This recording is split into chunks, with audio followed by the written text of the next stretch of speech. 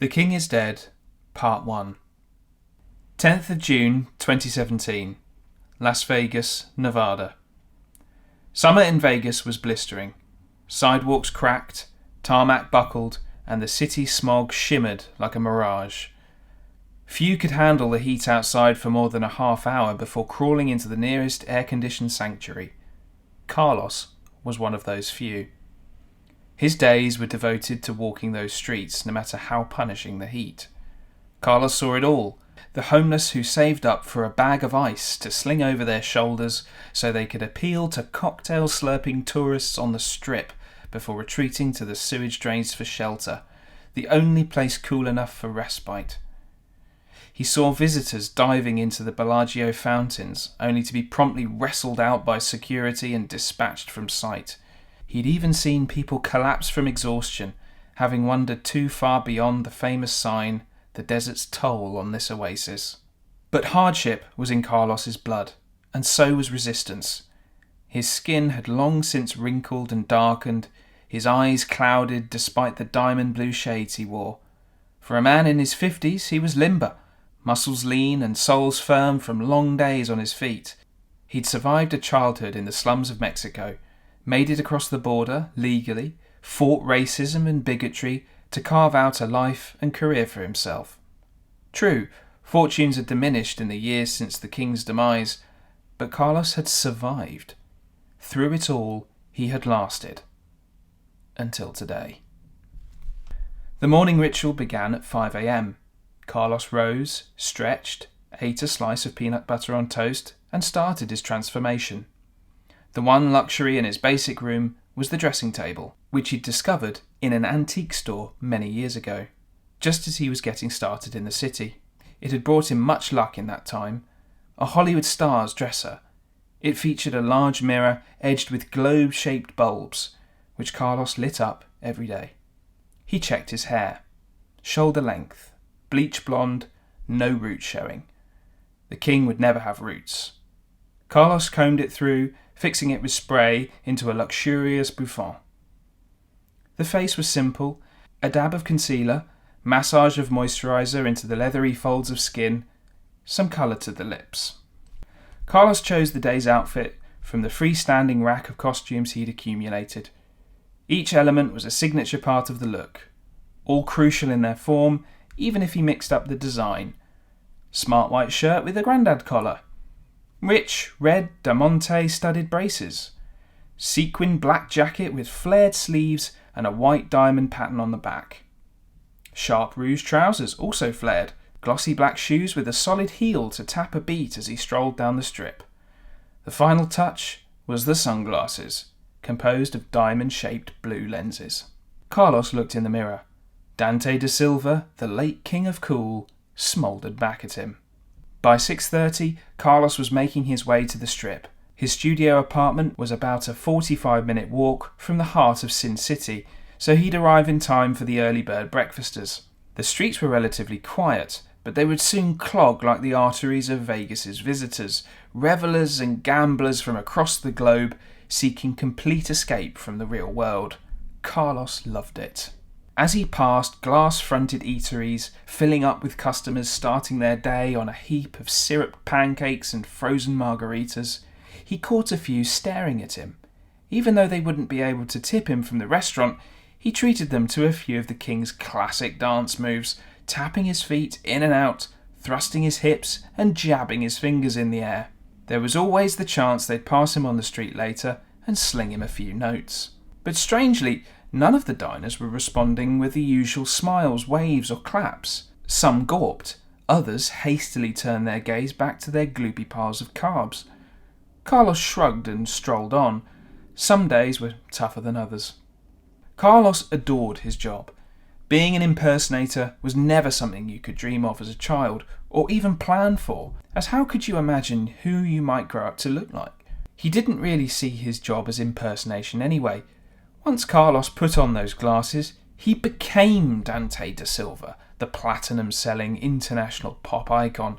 As he was growing up, he watched Dante bloom from singer to sensation.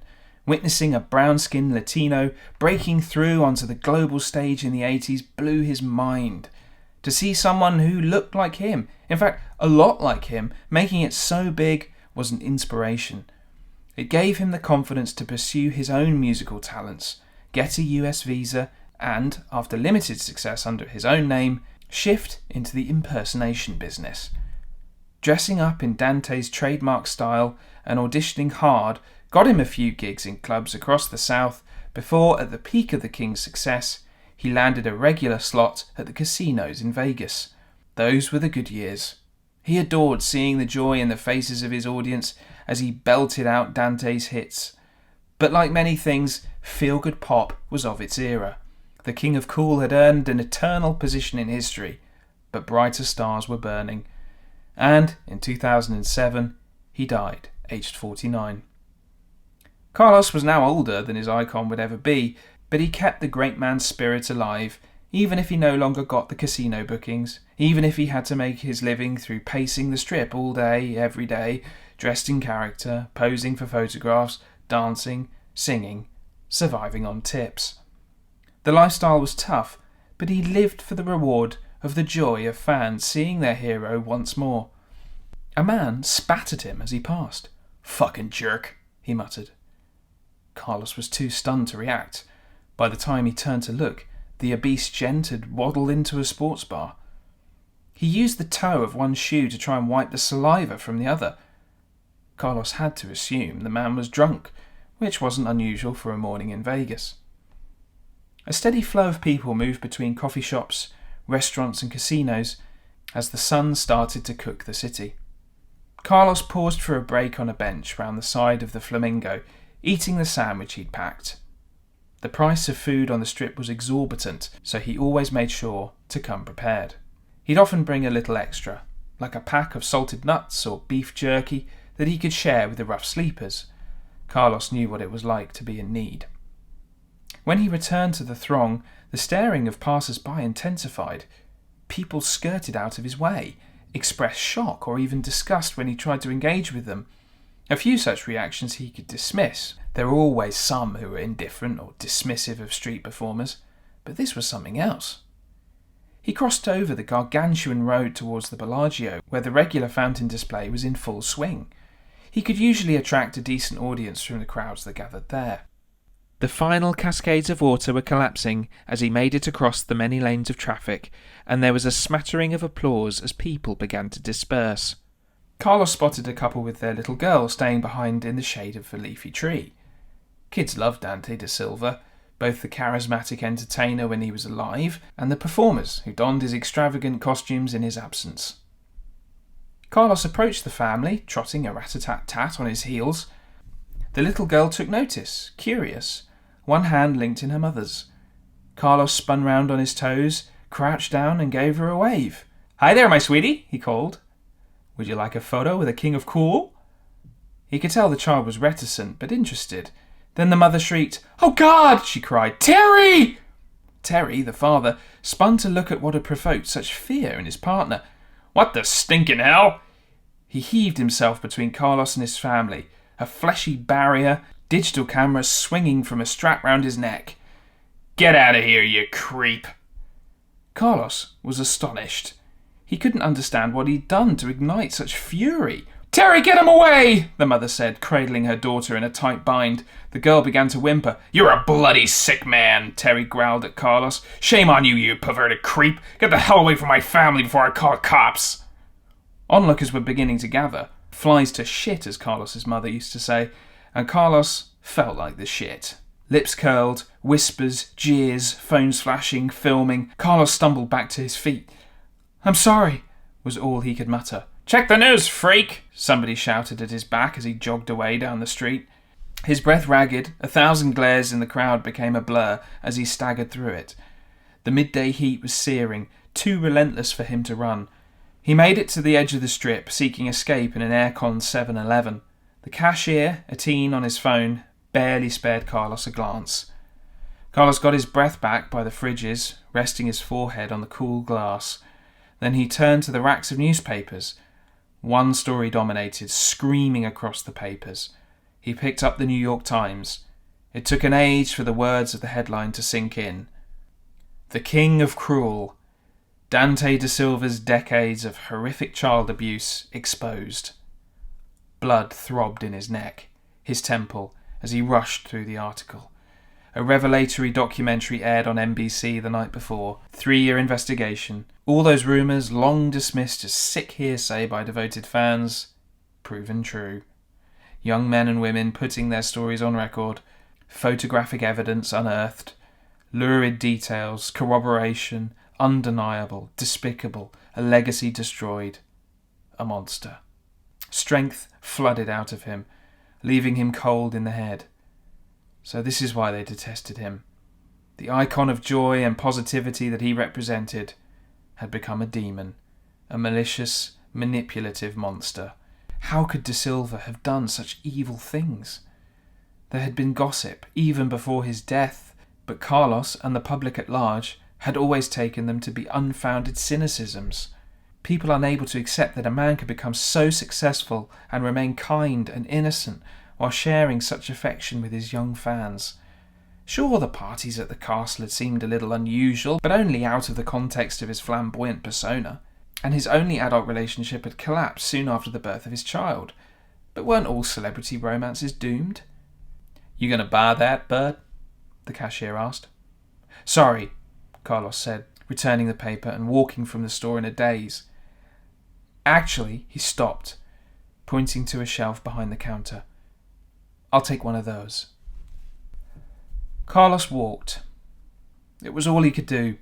Past giant casinos and malls, he walked, but he could not outpace the black cloud that had descended so rapidly upon him.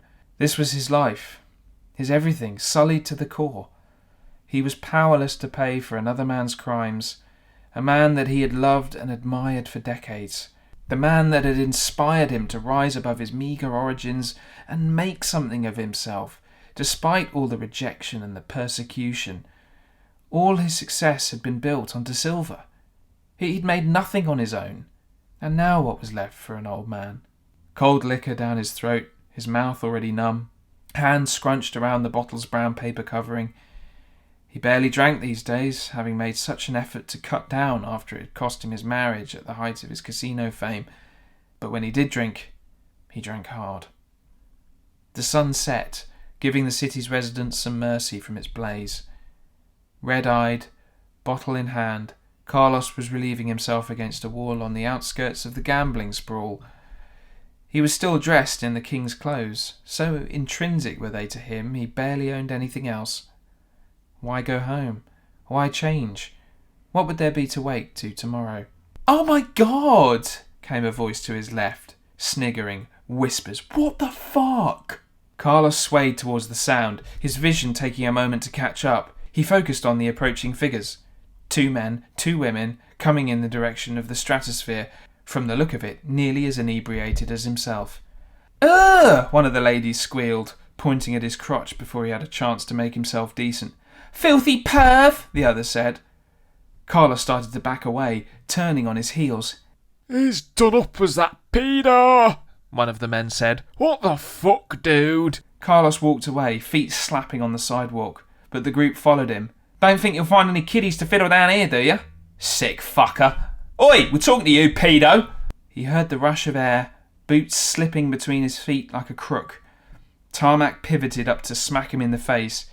His nose cracked, tongue lanced by a tooth, mouth welling with blood. Carlos coughed, spluttered, rolled onto his side. His broken shades slid off. "I'm sorry," he said. He saw the faces, dimly lit by one of the few street lamps in this vacant fringe of the city. He could make out their sneers, their abject disgust and hatred.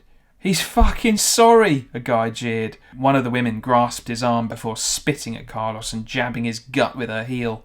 "Fucking kids are sorry," she said. "Fucked up kids. Fucking..." She seemed to lose her thread and gave him another kick to make up for it. "I'm not him," Carlos whispered, though he didn't know if he was saying it to his attackers or himself. His mind was loose. A boot thwacked into his eye socket and darkness blotted his vision. Wetness seeped into his side. Liquor or blood, he didn't know. "I'm not him," he thought. Meaning, I'm not that man. I'm not that monster. I'm the icon. I'm the king.